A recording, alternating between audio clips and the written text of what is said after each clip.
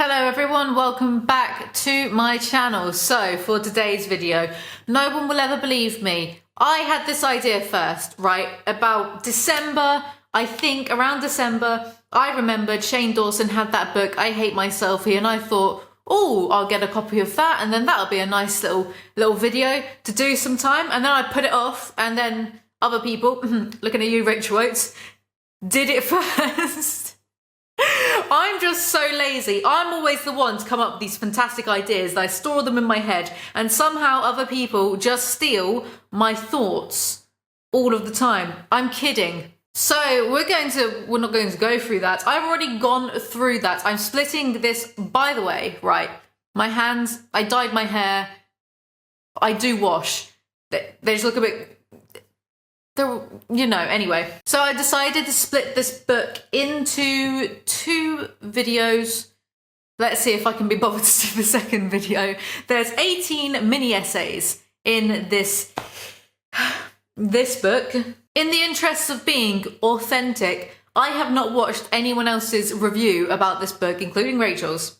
Until this goes out, then I will watch her videos, maybe watch someone else's, just to see how many points we both picked up on. But before we get into that, I must let you know that today's video is sponsored by Skillshare, the new best friend of the Alizee channel.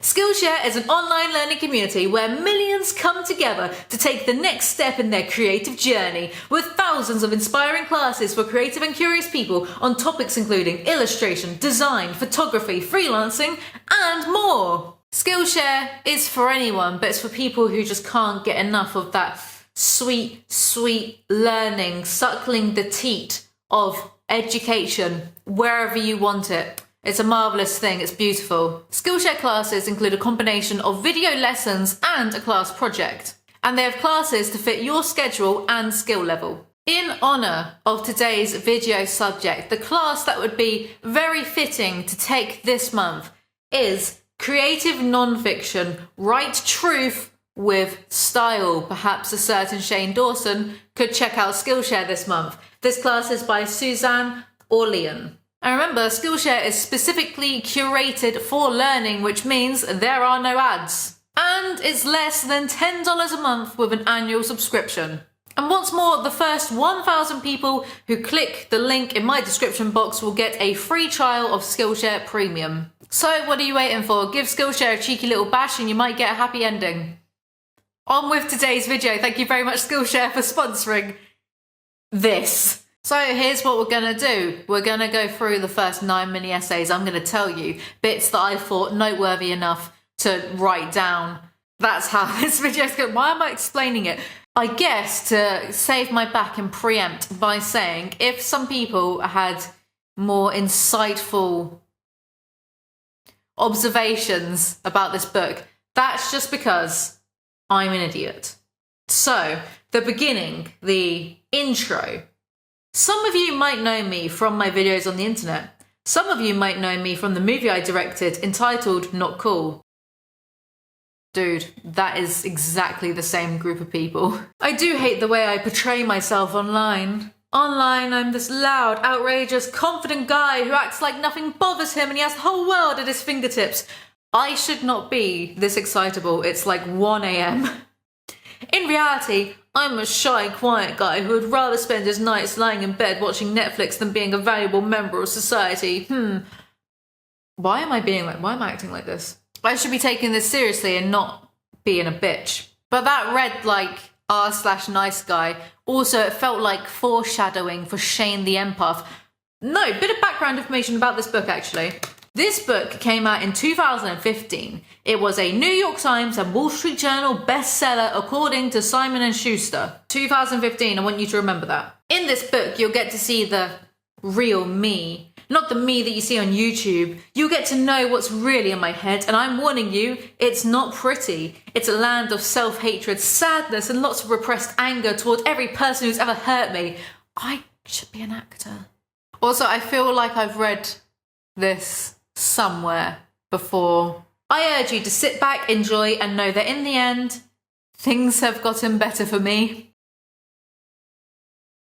Feel free free to laugh at my misfortune and get that feeling of, wow, my life is so better than that guy's. Shane, you're doing God's work with this, actually. Thank you. I need this week. Thank you. So the first essay is about Shane getting a haircut and having hair straighteners used on him for the first time. We get delightful lines such as, "It's the same feeling a wicker chair gets when a circa 2006 Kelly Clarkson takes a seat. Tense! But sometimes you have to bite the bullet and let Kelly Clarkson sit on your face." According to Google, this book only came out in 2015. We'll touch on that point in a bit. I'm gonna actually be fair with this review / dissection. I'm gonna be fair for once. I'm gonna be nice. I took a deep breath, took a bite of a protein cookie, which, let's face it, was just a cookie. I think that line's funny. I found that funny when I read it. That only might be because I am a massive idiot. She had hoop earrings so big, I could have hanged myself with them. Put a pin in that for now. The hairdresser cuts off too much of his hair. So he says internally, not to anyone's face, because let's face it, he's too much of a wet lettuce to do anything like that. Am I okay with that? Are you fucking kidding me, you barely GED achieving tacky dress snaggletooth cunt? Tell her how you really feel, Shane. Jesus Christ, calm down. You need to watch out. The mask is slipping a bit when you do that kind of stuff. I like how in these essays, Shane involves snippets of conversation and he always has these snappy comebacks that are never reacted to, never overlooked, and that's because they never happened in real life. The hairdresser was called Destiny. Destiny, you know, there is a way to make it look longer. Me, nah, I've gotten that email before. Trust me, it's a scam. I too love rewriting history, Shane. I like making myself seem funnier too. Anyway, the hairdresser uses straighteners on Shane, and then he goes to say, and this is where this video will probably get demonetized, so Skillshare, free trial, snap it up. I hate myself, I'm sorry. I wasn't the prettiest girl at the prom, but I definitely was good enough to get date raped. I can't believe, and the reason I've said 2015 about 3 times so far, is I can't believe that this was from as recent as 2015, because this, to me, and a lot of the humour in this book, feels way like too edgy for 2015 was only 5-6 years ago. Yeah, sure, people were edgier, Filthy Frank was still around, etc, etc. But this, I just feel like Shane Dawson was already trying to be the empath by 2015. I might be wrong, it might be more like 2000. I'm not sure, I don't know what I'm talking about as usual, but I feel like I don't feel like this is from 2015. I would have expected more like 2010. Is that the MySpace era? How old am I? When did I have MySpace? It feels like it was from 2010, like stuff like that. Saying date raped in a joking manner. I just don't feel like it's... I know that people are much more socially aware now, but 2015 just seems a little bit too recent. Anyway, that was literally all I got for the first essay. So we're doing well. The second essay starts with the tease of a better story that we are never, ever, ever going to be able to read, unfortunately. My school wasn't known for anything besides having a principal who died while eating a hot dog. I wish I was reading that book instead. That sounds hella more interesting than this drivel. The second essay is about Shane in high school going to an audition for the spring musical or a porno. It's hard to tell because of the amount of sex and dick-sucking references that are in this essay. It's very weird. It's really over-sexualized considering there'd be, 16? I don't know how American ages in high school works, but basically there's just so many references to dick-sucking. It's hard to tell if spring musical is just a euphemism for something else. He talks about his friend Tara, who is a free spirit with dick-sucking lips. And then they have the following conversation. Tara: that's Lacey Barnes, good at high notes, bad at sucking dick. Me: how do you know that? Tara: I fucked her boyfriend a few times. Me: right. Tara: that's Jay Hernandez, bad at high notes but really good at sucking dick. He always gets the lead. Me: are you saying he sucks the teacher's dick? Tara: no. Fascinating. I don't know how Shane Dawson never became a sitcom writer with incredible credentials as this. And then Patty Stevens is every musical casting director's wet dream. She has big doe eyes and a voice bigger than her ass, and her ass was pretty big. Thank you, Shane. Very cool. The student teacher role walked in, and Tara was right. He looked hungry for his high school glory days and even hungrier for cock. Shane's audience at this point, maybe even still now, are young children, 12-year-olds, 13-year-olds, 14-year-olds, especially a few years ago. Now I think his audience is mainly, 15-year-old or 16-year-old girls. But, he had a young audience. On one hand, I'm not going to act like at 12 to 13 I didn't know words like these, because I did at 12, 13, however old I was watching Russell Brand and Russell Brand's live shows. The difference there, though, is Russell Brand isn't for kids and he doesn't make content for kids. Shane Dawson does, and it would be kids that would be buying this book. Before each essay, he has fan art sent to him by fans of his. The first one, by this girl called Anna. She currently resides in Norwalk, Connecticut, and at just 15 years old, see, she would have found Shane a few years ago. Children.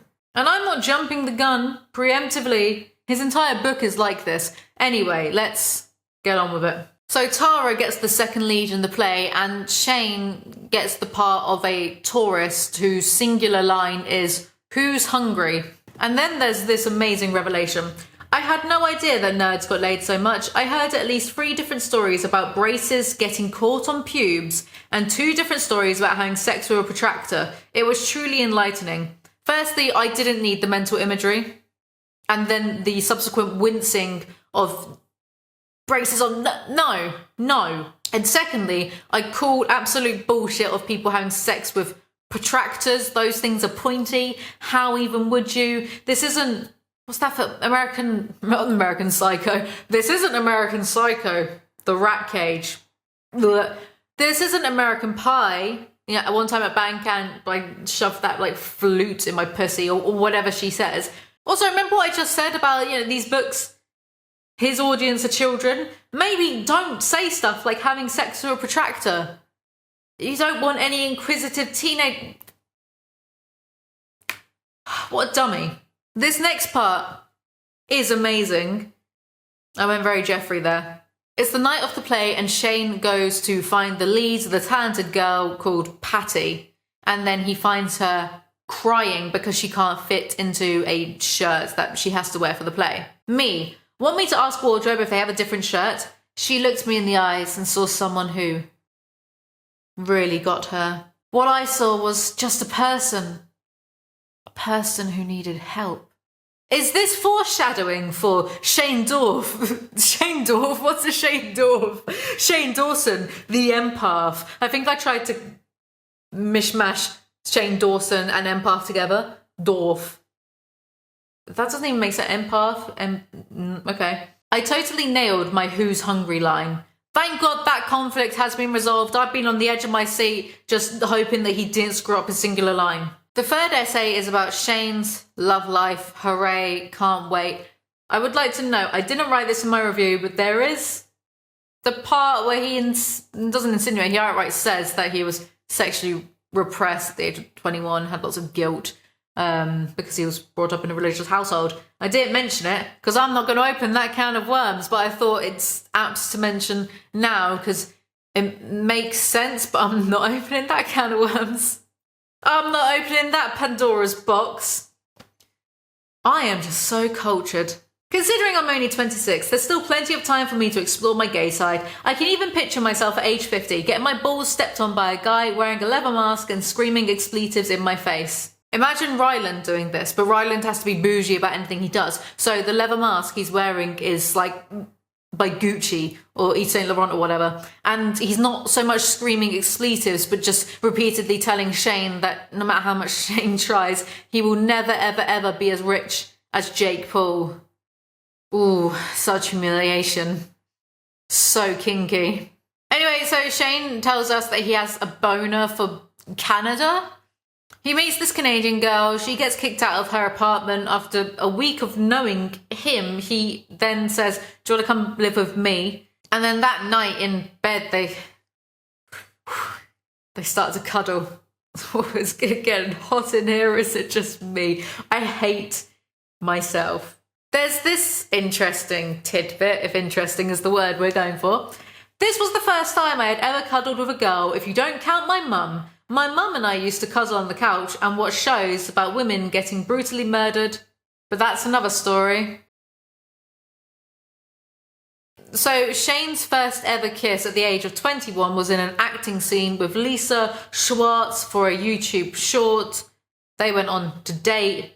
All I remember is thinking about how much her lips felt like...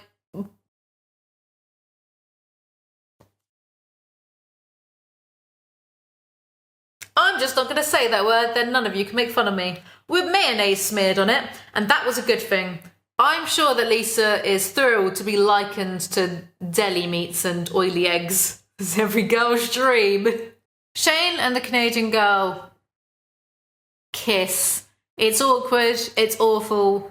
I don't want to read it out, so I'm not going to. Somehow, after that, they end up dating for a year until they break up because they're more like friends who kiss or something like that. Whatever.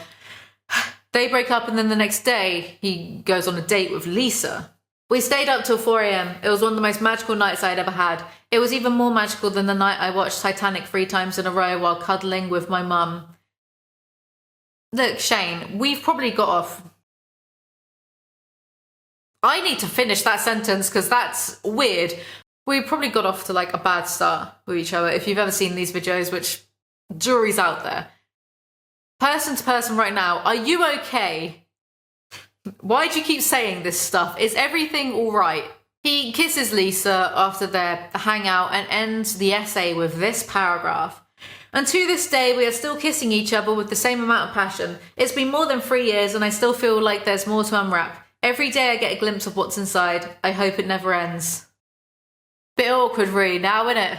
Shore Island loves that. Fourth essay, he's complaining about high school again. You know how in my videos I often say that Shane has never outgrown the high school mentality? This is proving my point. It's irrefutable evidence right here that I'm right about everything all of the time. He says that he's so invisible that teachers don't see him. Our teacher wanted us to pick groups and form our own societies. After my teacher asked if I was the janitor and I told her I was 14, this actually made me laugh, not a massive one. Maybe not laugh, it was more of like a hard exhale through the nose. But I'm going to count it just to be fair to Shane. 2 laughs already and I'm only 43 pages into this book. I am literally having the time of my fucking life right now. Thank you very much, Shane Dawson. Very cool. He gets put in a group with some surfer dudes and he has absolutely nothing in common with them. So when he goes home later that day, he MySpace stalks them to try to find a way to connect with them, see what they're into, see what he can make a conversation about. And this made me feel really sad, just imagining Shane by himself after school trying to find a way to connect with these surfer dudes. That makes me feel a bit sad. Book, what are you doing to me? Don't make me sympathise for Shane Dawson. I am quite emotional this week anyway, so let's just blame it on that. This video is a roller coaster. The surfer kids are mean to Shane about him being obese, and then he cries, and I feel bad for him, and then he ruins it by saying, I ran to the bathroom and locked myself in the stall. I cried for a good 10 minutes and then took a shit. There's nothing more depressing than crying while you're smelling your own shit. Thank you, Shane. That's really nice. The book is just full of him talking about his own shit. Let's put a pin in that and come to that incredible plot point later on. Shane decides to get revenge on these other teenage boys by pretending to be a girl on AIM to ruin their lives. He signs up for AIM and uses the name Carol because Carol kind of sounds like the name of an old drunk, but I always thought there was something sexy about it. Maybe because the homeless lady outside of Ralph's was named Carol. Anyway, my next step was to find a picture, so I went to Google Images and typed in high school girl horse slut. Jesus Christ, you can really tell he's 14 here and hasn't mentally aged at all. This is how he fills out Carol's profile. Favourite movie? Fucking. Favourite book? How to do fucking. Favourite song? Sing While You Fuck Me. Favourite animal? I fucked a dog once. Favourite quote? I fucked a dog once. Carol, what the fuck am I reading? Shane, are you okay? It's okay to not be okay. Just, do what the rest of us do and seek help. He messages one of the guys on AIM and it's just awful. I like nipple rings, that's the guy's name apparently. Kay, she's not here, as in the mum. My little sister is, but she's in the other room watching TV. Carol, sounds hot. What? My plan was to get the most unflattering picture of this kid's dick and print out hundreds of them and post them around the school the next day. It was a genius plan, except for the fact that I would get expelled for doing that and possibly go to prison for child porn, but I didn't think that far ahead. Shane, why did you write any of this down in a book? The level of confidence to think that writing this kind of stuff down would never ever backfire. Shane, as Carol, says that he will send the boy a picture of his vagina. Carol is where? Yeah, that's her own name. Yep, all 8 inches of it.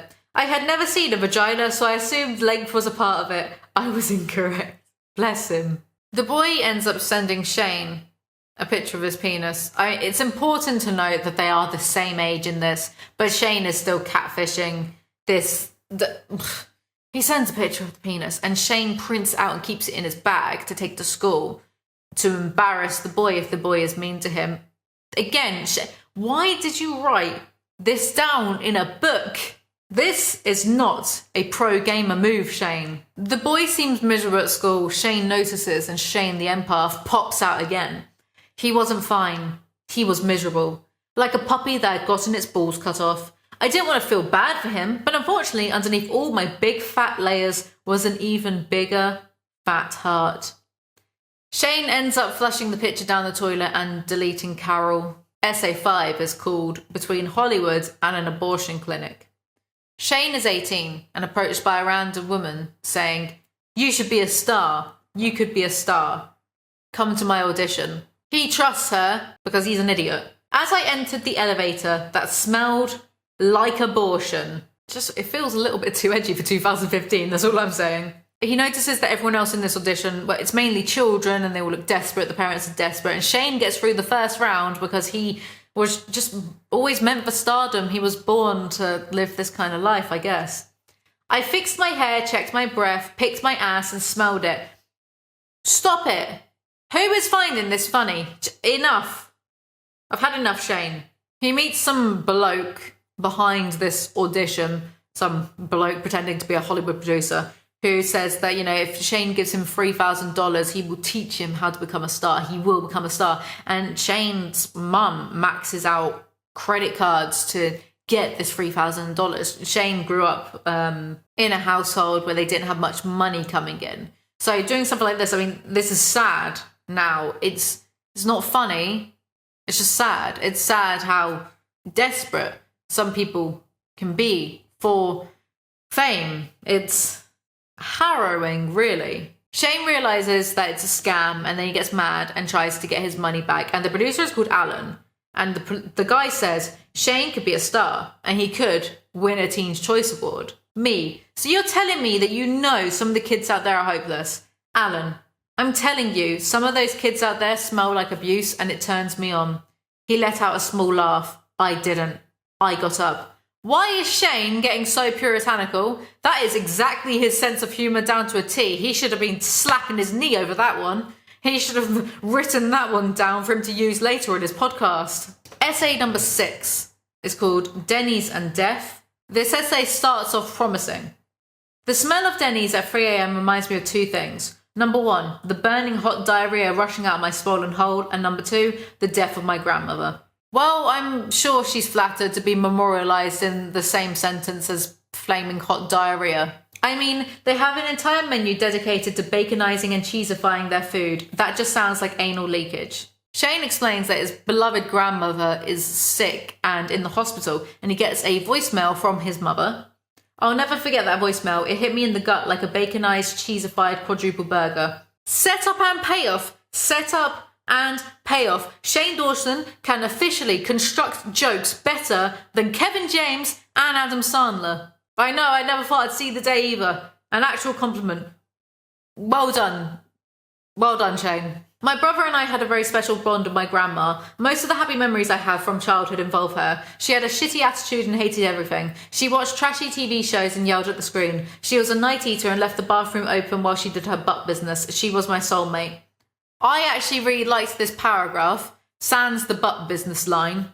I like that whole, she was great, she had a shitty attitude, she hated everything. It reminds me of me. But then he goes and ruins it with the next part. One of my favourite memories was when my brother and I dressed her up as 50 Cent and had her repeat his incredibly racist and demeaning lyrics on camera. I always thought I'd want to show that video at her funeral, but she had a black friend, so when the day finally came around, I decided it would have been all kinds of awkward. Shane goes to Denny's and eats something called a spice to meet ya, and then he gets a phone call saying that his grandma has gotten better. 2 miracles happened that night, the first being my grandma's resurrection and the second that my ass didn't bleed from all the beige food I shoved down my face hole. This is the entirety of Shane Dawson's humour, right here. This is how to do it. Think of as many different ways as possible as you can describe shitting violently from your asshole. The doctor gives Shane some bad news, and this is weird because I was discussing kind of this exact thing in therapy earlier when I was writing this script, so there's that. Doctor, Shane, sometimes when a person is dying, there is a period of time where they become conscious so they can give their families closure. It's a phenomenon and we can't really explain it. The rest of the essay is about Shane's grandmother passing. It's poignant. It's nice. He handles it well. It's one of the stronger parts of anything I've read. I've read the first half of this book.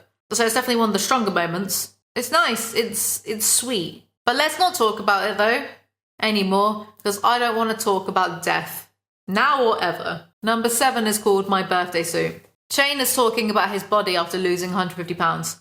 My body looked like that painting with all of those melting clocks. Shane is actually quite good at giving you very vivid imagery, I will give him that. He's trying to sculpt all of his loose skin after losing all that weight, and for some reason he thinks of his mum's swimwear. I have so many memories of my mother's swimsuit. Even as a young kid, I remember wondering, is my mum a whore? The suit was tight, black, and had an open back. It even had a little keyhole in the front to show off that belly button but still hide the C-section scar. It was tasteful yet sensual. One time I even found a suggestive picture of her wearing it in a box labelled divorce stuff in the hallway closet. Dude, that is your mum that you were calling a whore for wearing a swimming costume. Get help. He puts the one piece on underneath his clothes to go to a theme park with his friends to celebrate his birthday. He's wearing the one piece because he's finding that helps with his loose skin. But there's metal detectors at this theme park and the swimsuit has a metal clasp on the back. This is a disaster surely waiting to happen. I'm on the edge of my seat. The suspense is terrible. I hope it'll last. He sets off an alarm and gets frisked. The security guard notices that he's wearing a woman's swimsuit and goes and gets his boss to make sure that that's okay for some reason. So she grabbed my shirt and ripped it up. Gasp, shock, confused noises. All of these things coming out of my friends' mouths. Then the boss's laughter. Oh my god, you're wearing a woman's swimsuit? You a kinky motherfucker, ain't you? This is massively unprofessional, but okay. Oh. Yeah, this book kind of is making me sympathise a little bit with Shane Dawson, and that is not okay. The empathetic manipulator strikes again. Anyway, he worries that his friends are going to be like, why the hell are you wearing a woman's swimsuit? But they don't ask because they don't care, because they're his friends, and that's nice. The end. Essay number 8, entitled Internet Famous. It was 9 o'clock on a Saturday night, and I was dining at an incredibly fancy restaurant, eating incredibly fancy food with my incredibly sophisticated friends. Okay, I'm lying. We were eating... Why would you lie to me, Shane? How could you? I thought this relationship was built on trust. That was the foundation of this burgeoning friendship. Now you've ruined it all. We were eating shitty, cheap Mexican food with what was probably dog meat in the taco filling and talking about all the times we had carted. For those of you who don't know, carted is a term used to describe the classy act of simultaneously coming and farting. One thing that you can say about this book is that it definitely was not ghostwritten. This is all clearly Shane Dawson. Whether that's a good or bad thing remains to be seen, but it is authentically him, at least. Looking at you, Zoella. As I was mid-story about one incident during which my dog licked my butthole while I was masturbating and I didn't push him away, come on, we've all been there. You will look me in the eyes and tell me that Shane Dawson is not the type of person to wank onto a cat after hearing me just say his line. Look me in the eyes and tell me that straight to my face. You think it's something that no, of course he wouldn't do. I dare you. So it goes from being at this restaurant to talking about this time that he went to the doctors to get a physical examination. And he's gross. This is gross. So the assistant recognises him at this doctor's, even though he only has 5,000 subs at the time. So I'm just not sure if that's entirely true. The closest thing I've ever had to a physical was my mum cleaning out my dick cheese when I was 12. Sometimes I do get moments where I feel like, am I being unfair to Shane Dawson by making fun of him, making fun of the stuff he's produced, the stuff that he's made, the stuff he's poured his heart and soul into? Maybe. Am I being unfair? And then these moments of self-reflection are just completely blitzed by Shane being disgusting. There was no need to say dick cheese now or ever. I hate it. Shame on all of you for finding them funny in the first place. Not you, my audience, you have better taste. The rest of them, no. Assistant, yeah, I told the whole office you were here. They're all so excited. We love when you put on that wig and act all ghetto. So anyway, the whole doctor's office know who he is, even though he has like 500 subs, but okay. And the doctor wants him to do shenane whilst cupping his balls. Just doesn't seem professional. Shane talks about going to VidCon. About the time he went and he tweeted that he was going, and then he got a call from VidCon to say that there's now a riot at the front door because of his tweets, so they have to give him some security guards to get in safely. 3 security guards? I'm a YouTuber, not Obama. I make dumb videos on the internet and teach kids about sex. Bro, I'm gonna stop you right there. When did you ever teach kids about sex? Excuse me, why are you rewriting yourself as if your content is educational when you've always been a gross out act for entertainment? Apparently, entertain some people. What are you talking about? You don't teach kids about anything. Some of them were holding signs with my name on them, and others were wearing shirts with my face on them. Seeing my face plastered on a bunch of underage girls' chests was definitely not something I ever thought would happen. Shane, you know you don't have to say these types of things out loud yet, much less have them written in a book that's going to last forever. Anyway, Shane finishes recounting that tale and we're back in the restaurant where suddenly he needs a shit. I think you need to go to the doctors. You talk about almost shitting yourself way too much for it to be healthy. I'm just saying. I'm just looking out for you. He meets a family of fans at the restaurant. He takes a picture with them and he really needs a shit. Can't emphasize this point enough. Then the bathroom door opened, so I politely told them goodbye. But to them, goodbye meant let's go in the bathroom, watch him poop. They all crowded into the small bathroom with me and started asking for advice on how to get popular on Instagram and if I'm friends with PewDiePie. This is not okay. This is a parasocial relationship in action. Famous people are still people and need to shit like the rest of us. Always remember that. So the 12-year-old in the family dabs on Shane, even though she's a fan, and says that she thought he'd be hotter and he's actually kind of ugly in person, which is not very nice, is it? But then he goes home and he cries about it for hours, even though at this point in time he is famous person Shane Dawson. So why would you listen to a 12-year-old? Yes, kids can be awful and say awful things sometimes, but Shane Dawson, you're an adult. Get therapy. Essay number 9. How to survive a horror movie. When I was a kid, I would run around my house with a knife and pretend to murder my family. Off to another fantastic start in this essay. Shane is actually quite good at drawing you in on the first line. The stakes are already quite high. Is this a compliment? I don't even know anymore. He rambles on about how much he loves horror films like Scream. Every time my friends would come over, I would force them to play the Scream game. Basically, it was me chasing them with a knife and them having to defend themselves with whatever household items were around. The only rules were that we couldn't actually hurt each other, and whoever was the killer couldn't take off the mask, because if you took off the mask and it was just a kid running around trying to stab his friends, and even we knew that was too creepy. Yeah, it's normal for kids to play weird games and do weird things. But running around with knives, where's your mother? That's just dangerous. He pontificates that the reason he thinks that he enjoys watching people getting murdered in films is because it's all about control for him. Somehow, the audience member who had no control in the story, the outcome, the production of the film. Make it make sense. And then he says, another attempt at control was to hold in my poop. I would hold it in for days, so much so that when I burped, people would ask, who farted? I've had enough at this point. This is the last essay we are doing for this video. I'd had enough. And that's just not true. If you're holding in your shit for several days at a time, you would get ill. So he goes on to say that his friend Michael Gallagher is directing a horror movie called Smiley and he wants Shane to be in it. I could already picture myself covered in blood screaming for my life. I could also picture how many memes of me getting killed were going to be made by my haters. I was pumped. Shane and Anision are basically the same person, and no one is ever going to be able to convince me otherwise. Having to act in love with someone you just met is incredibly awkward, especially when you just scarfed down a triple layer burrito in the back seat of your car 15 minutes earlier and your breath smells like bean farts. I've had enough. I hate this. Everything was going great up until the last day of the shoot. I should have known it was going to be rough, considering I'd had like 5 rape dreams in a row the night before and I usually only have 2. Shane, please get therapy. Also, I can't believe I have to say this on behalf, but I think he probably means that he was the victim of the bad dream rather than him being the...